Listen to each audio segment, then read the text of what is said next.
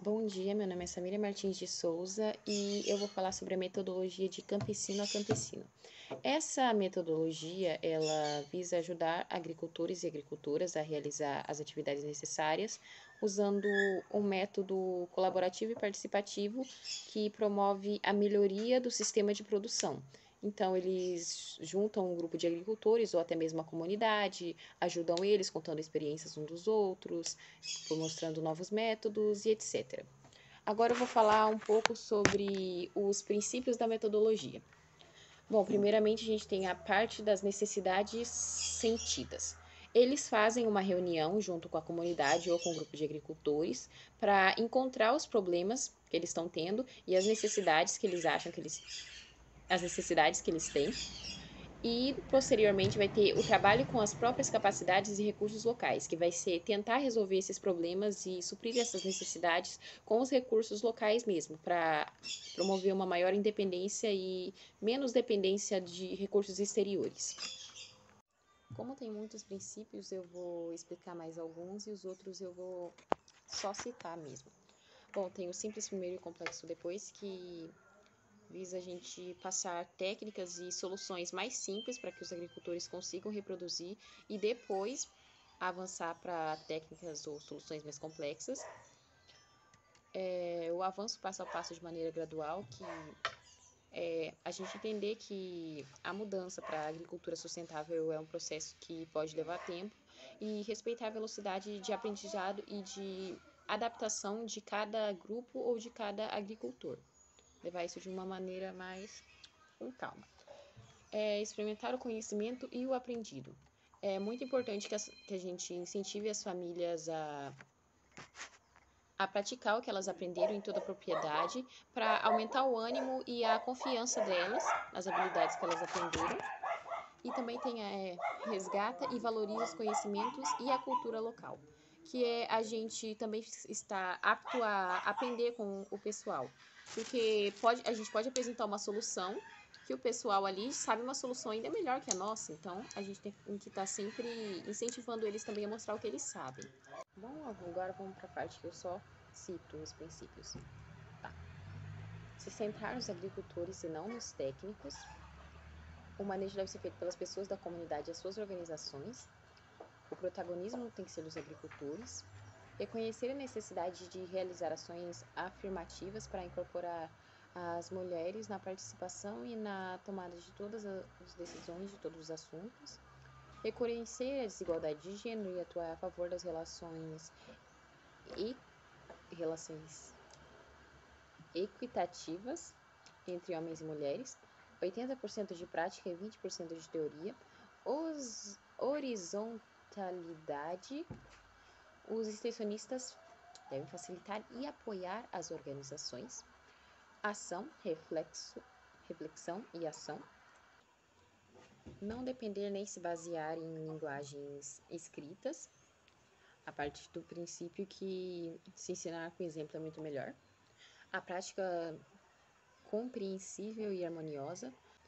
E aproveitar e reforçar os laços de solidariedade. Agora a gente vai falar sobre as ferramentas e agora a gente vai falar sobre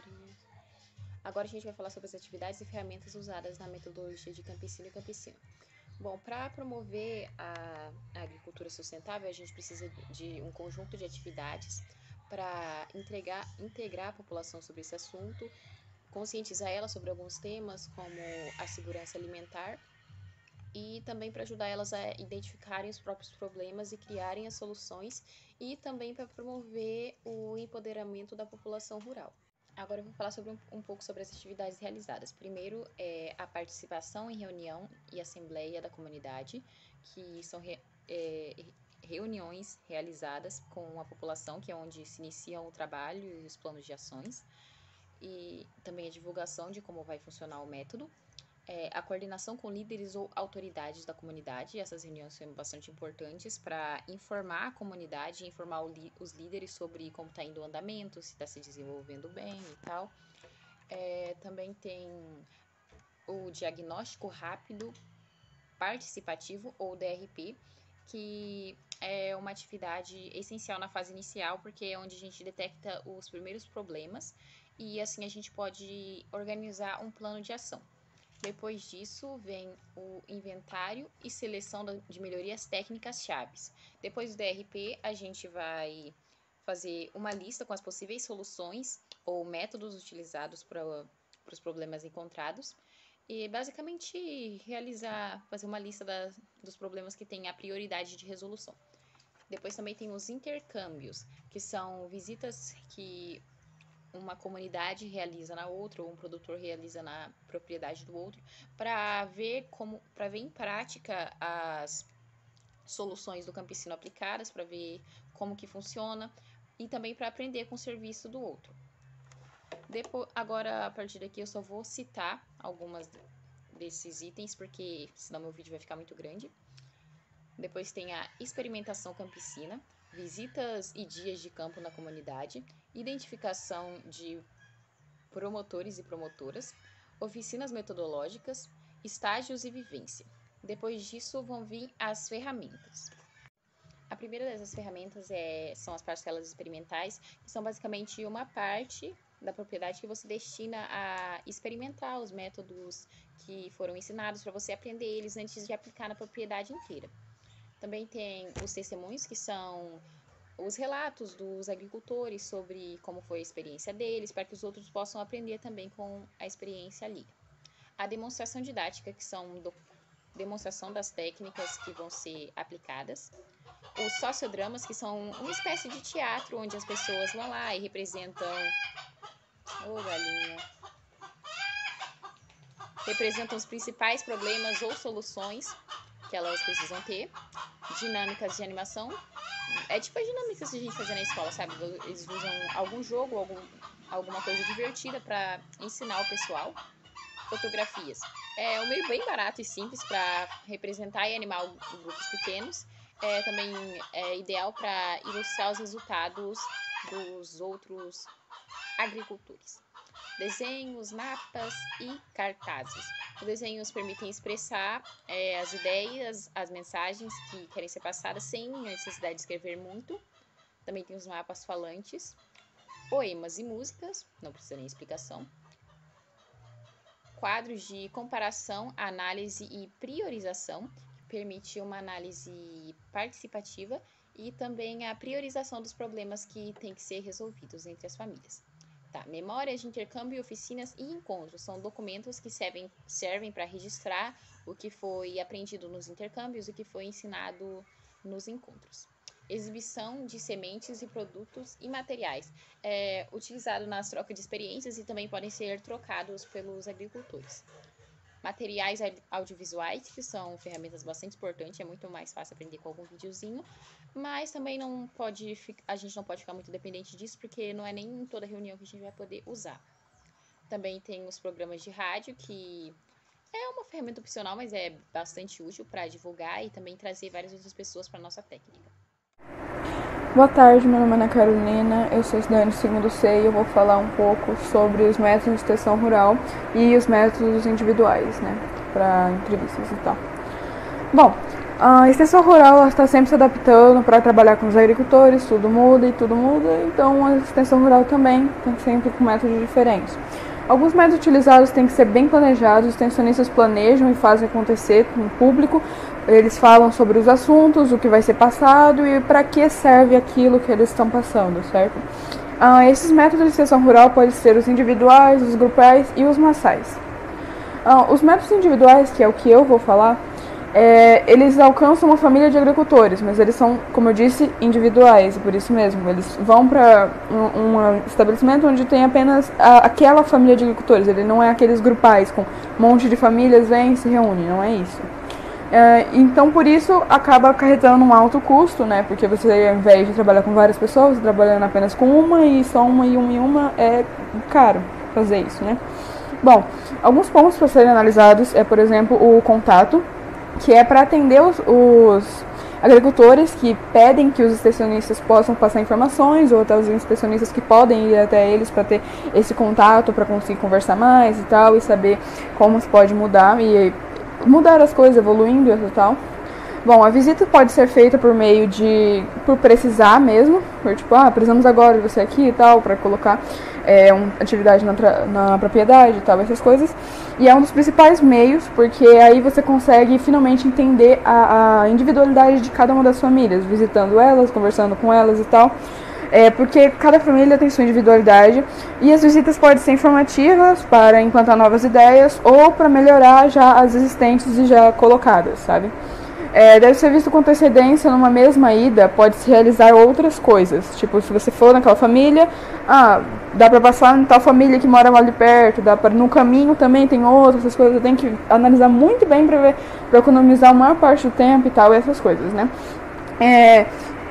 Permite o contato direto, isso, sabe? Tipo, você visitar as famílias e tal, porque você ter esse negócio só, tipo, por exemplo, por telefone, algum negócio assim, não funciona realmente. É muito difícil e tal, mas como eu disse, tem um custo muito elevado, porque você visita somente uma família, mas você pelo menos consegue entender realmente a realidade daquela família, sabe? Para planejar essa visita, tem que se avaliar se vale mesmo a pena, é claro, e vir lá visitar, tipo, será que é um problema sério? Sim, se vale a pena ir. Se você for extensionista, você tem que fixar já aqueles objetivos, que você vai ter que elaborar e tal, um roteiro de visitas completo, do tipo, vamos falar sobre isso, com tais pessoas, é sempre desse jeito. E a visita também tem que ser muito organizada. Se você precisar levar materiais, você já tem que deixar tudo lá e já tem que deixar tudo pronto. Se precisar dos materiais, você já tem. Você já tá bem ali e acabou. Você não precisa ficar indo e voltando, porque, como eu disse, é pra ser rápido. Não rápido, mas tipo, é pra ocupar a maior parte do tempo pra aquilo. É objetiva essa entrevista, essa visita, essas coisas, não é? Um exemplo, por exemplo, é você falar, por exemplo, sobre o público da família, vai ser família Cunha, por exemplo, onde vai ser o horário, que vai ser o objetivo, explicar o porquê do objetivo, eu vou explicar sobre fazer adubo orgânico e tal, e aí você tem que dizer por quê, porque eu acho que vocês não estão reaproveitando isso de uma maneira correta que vocês poderiam e tal, e essas coisas, né, enfim. Quando o extensionista for realizar a entrevista, ele tem que tomar, assim, ele não pode colocar as ideias na cabeça do produtor, do agricultor. Ele tem que sugerir ideias e aí sim, juntos os dois vão construindo e tal. Ele tem que, o entrevistador ele tem que instruir o agricultor, não obrigar ele a fazer alguma coisa. Então você sempre tem que entender, por exemplo, como a família você tem que entender como eles são, os problemas deles e tal. Não se pode enrolar também nessa entrevista, ela tem que ter muita clareza. Se precisar, você tem que também deixar os documentos impressos lá, como os passos, dos objetivos e tal. E a entrevista ela pode ser realizada no escritório ou no campo. Só que no campo é bom porque você conhece a realidade rural que eles estão ali. Quando o entrevistador vai, ele tem que definir perguntas, ele deve definir quem vai ser entrevistado e como vai ser concluído, porque não adianta nada se não tiver um ponto específico concluído, né? Não adianta nada. Os trabalhos desenvolvidos, eles podem ser vistos quando você vai na entrevista, né? Como ele está tendo, se ele está identificando, se você consegue identificar algum problema, trazer o conhecimento mesmo para como elaborar melhor, por exemplo, e tal. Como eu disse, como todas as vezes, é um custo elevado. A resposta do entrevistado também, do agricultor, ele tem que ser muito sincera, porque se ele ficar mentindo, não tem como você planejar uma coisa realmente que preste, sabe? Se tudo for baseado em mentiras. E o resultado também é demorado para você ver os resultados de todos os projetos, é claro, né? O extensionista, ele deve ser preparado para a entrevista, ele deve ser muito preparado, sabe? Ele tem que ser uma pessoa boa, assim. Ele tem que saber o que tem que ser perguntado, ele tem que ter um roteiro muito bom, ele tem que escolher a época certa, porque não adianta nada o entrevistador ir lá, o extensionista ir lá e tipo, trazer um problema, uma solução, alguma coisa assim, que não tem nada a ver com o que está acontecendo, o que está passando. Então tudo tem que ter bem planejado para conseguir fazer com que o agricultor confie e faça aquelas coisas, sabe? Os objetivos têm que ser muito bem divulgados também, o agricultor tem que ir sabendo tudo o que vai acontecer. O agricultor tem que saber também que vai ter confidencialidade em tudo que foram conversados. E a entrevista também tem que ser bem clara, sem enrolação. O entrevistador não deve falar mais do que além do necessário, ele não pode ficar enrolando, não pode ficar batendo papo, nem nada. E também induzir as respostas ao entrevistado, tipo, ponto, sabe? E tudo também tem que ser bem esclarecido, assim, para não ter dúvidas e ser perfeito todo o que vai acontecer. As entrevistas devem ser avaliadas e devem considerar objetivos dos dados coletados.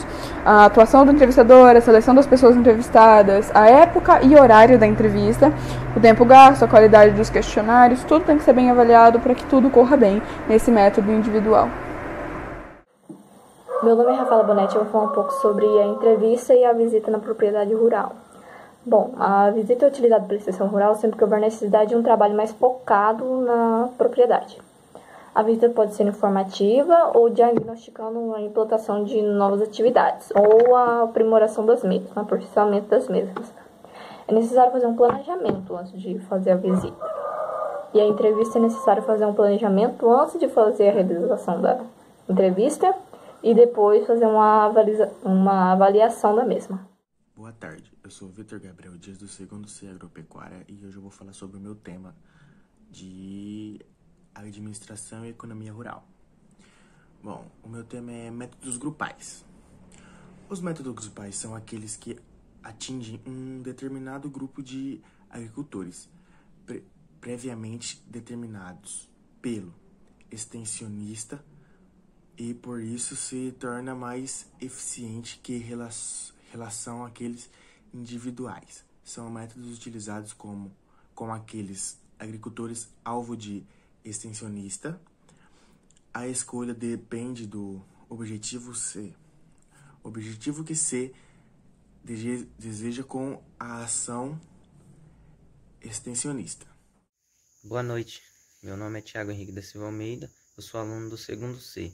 Hoje eu vou apresentar um tema de administração rural. Eu sei que a imagem vai estar ruim, mas só que eu estou meio longe de casa e vou conseguir fazer o que eu puder aqui. Eu vou falar sobre o dia de campo. É um método grupal de complexo que a extensão rural utiliza para divulgações, que vários lugares de planejamento e outras coisas, motivação, programação de técnica relativa às propriedades, tanto como o ambiente, como a tecnologia, a produção, como são ligadas às questões sociais, assim, e mais o ambiente,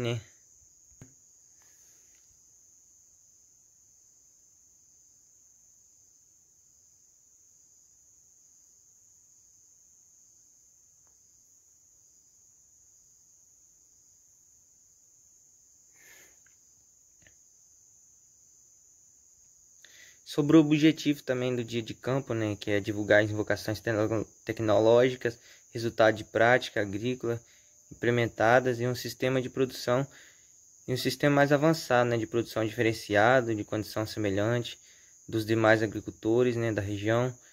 Informação como tais invocações foram aplicadas no campus, e capacidade de aplicação prática, neste caso combina-se da demonstração de métodos, viagem de estudos e outros, construir de estrutura do dia de campo, E eu vou ficando por aqui. Boa noite.